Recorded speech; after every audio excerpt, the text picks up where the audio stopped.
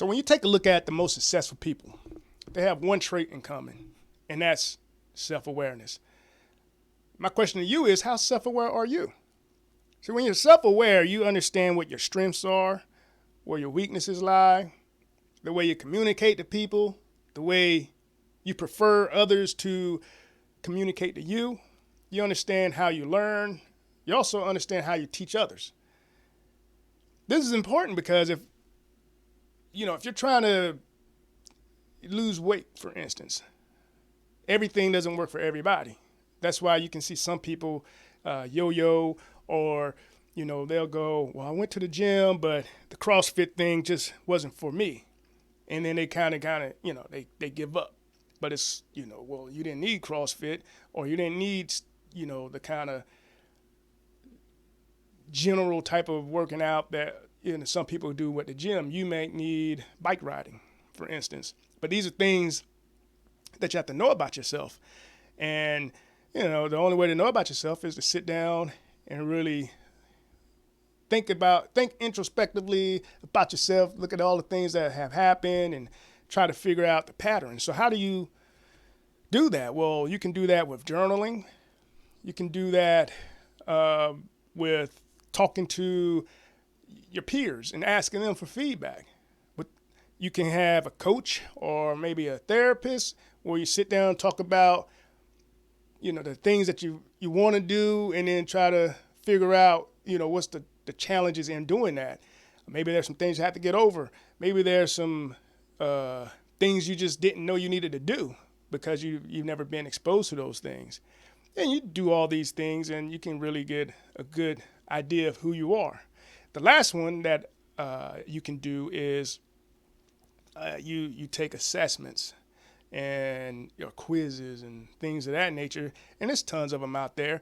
You got the ones that tell you personality type, like the Myers-Briggs, the ENTGF things. But I'm not talking about that kind of assessment this time. This one here is your behavior type. And they're called behavior types, or it can be, another name is, people say, temperaments, the 4 temperaments. And it's 4 of them, but everybody is a unique blend of all 4 of them. So you're not just one, you're a blend of all of them. And when you're looking at these, they can help you with understanding, how you make decisions. Are you somebody that can just make a decision like, yeah, let's go do it? Or are you the type of person that may need to go in, defer to somebody else or get other people's input?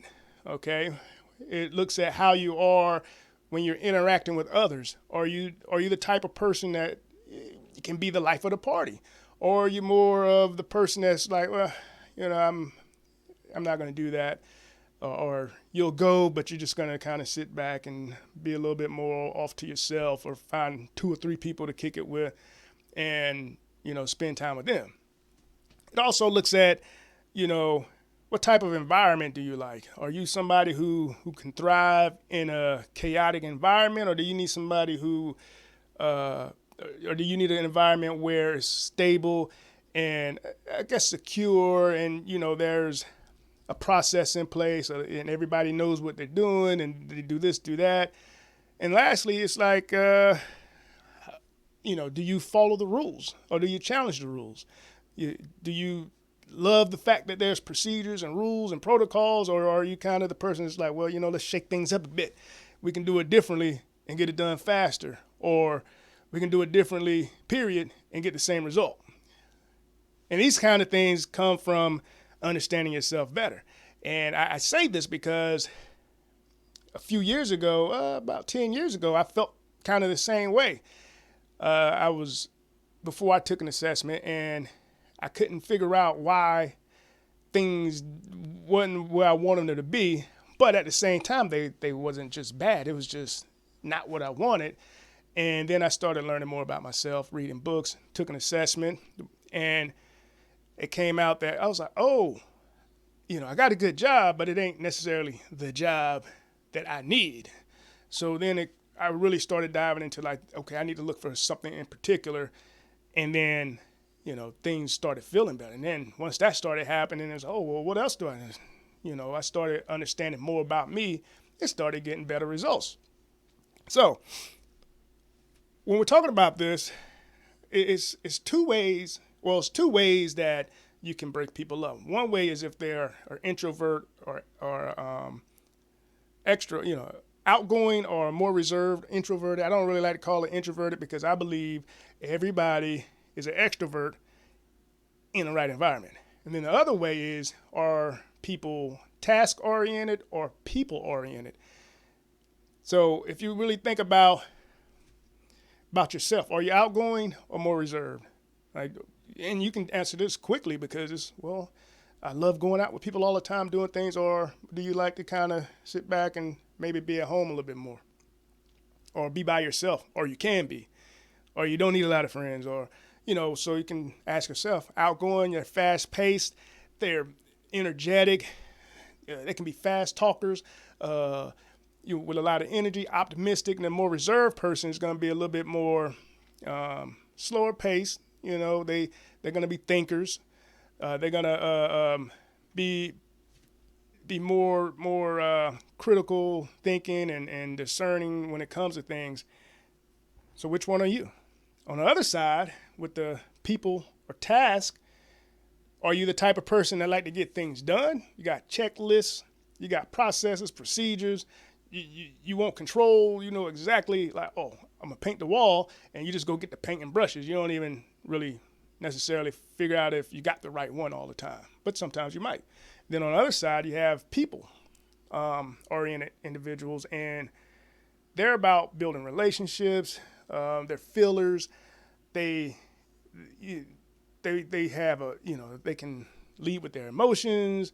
They want to bring people together, feel like they're a part of whatever the thing is. If it's work, we want to feel a part of work. You want to feel connected to the people.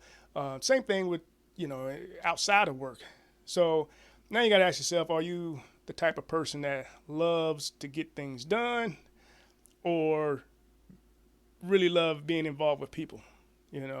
So your task people, they are more interested in the result than the feelings or the relationships. Not that they're not people, but if we're going to go from point A to point B and we got to do all these things, I don't care how things feel, we got to do all those things so we can get to point B. Whereas some people could get turned off by that and then they just don't do it.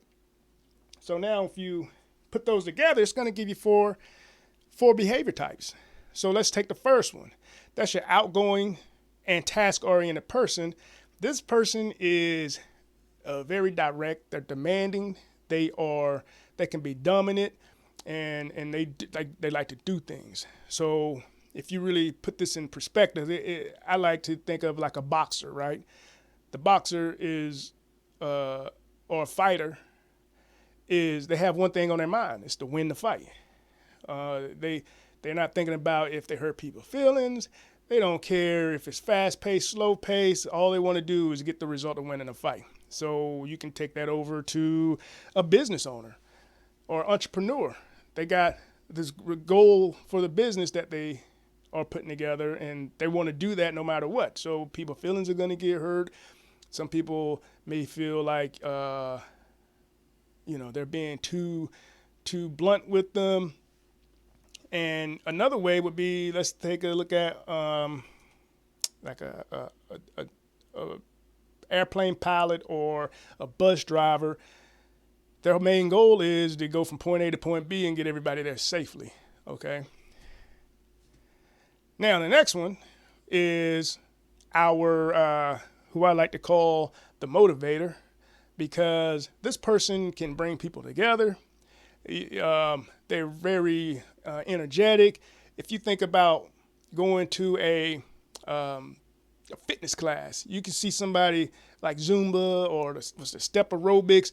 They could have 80 people in there doing the same thing at the same time, and you know that there are people in there that probably really don't feel like doing it, but they're doing it because they're able to get the mood right and move the people and get them all moving, doing the same thing.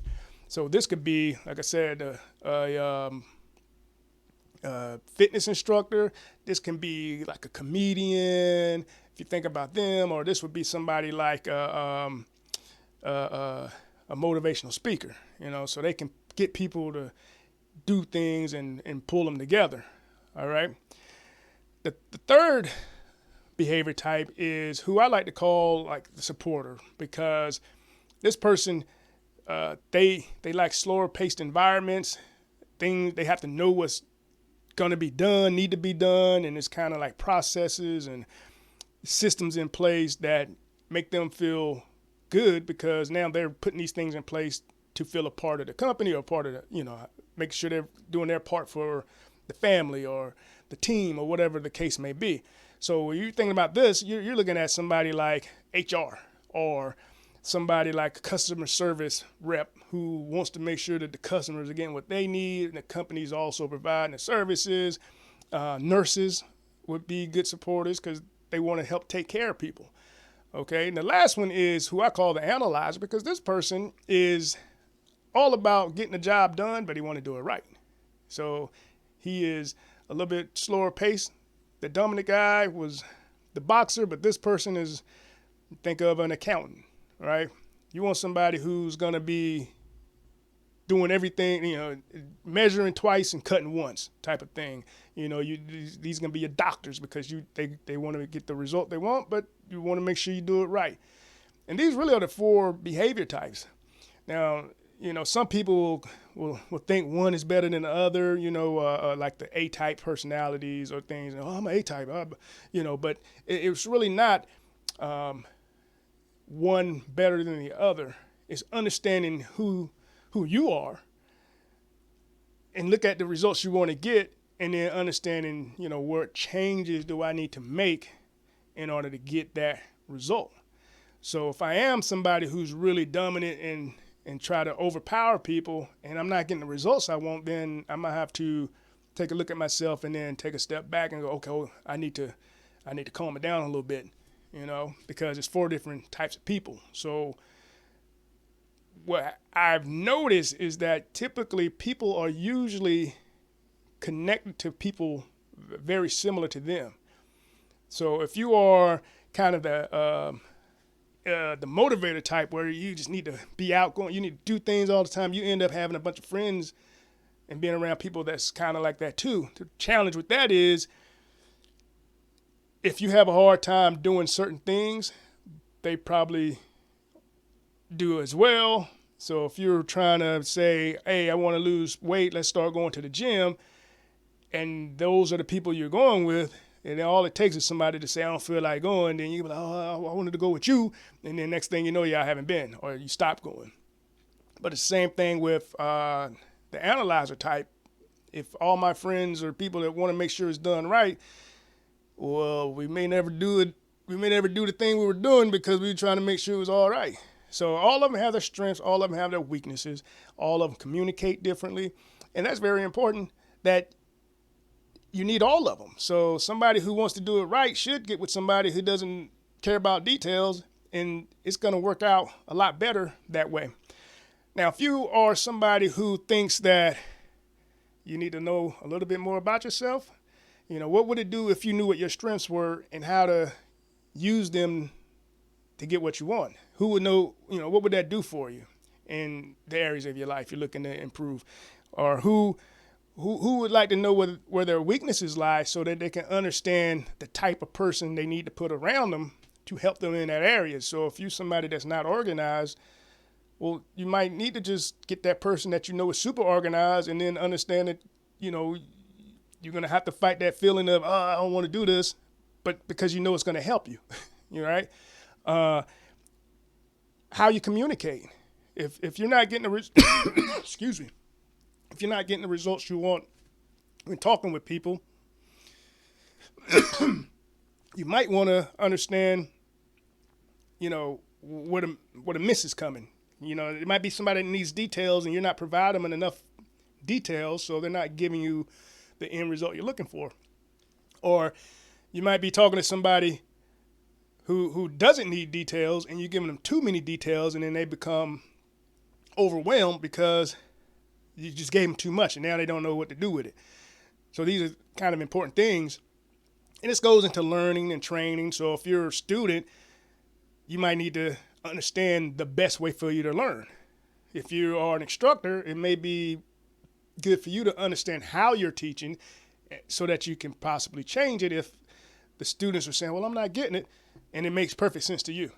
So if these things are something that you want to work on, then click the link in the description and let's get started, And I want to make sure that I help hundreds of people, thousands of people get to the results that they're looking for. And I want to start with you. So please like, share, and comment below. Click the link if you're interested in really taking a look at getting the results that you want in life. Talk to you later.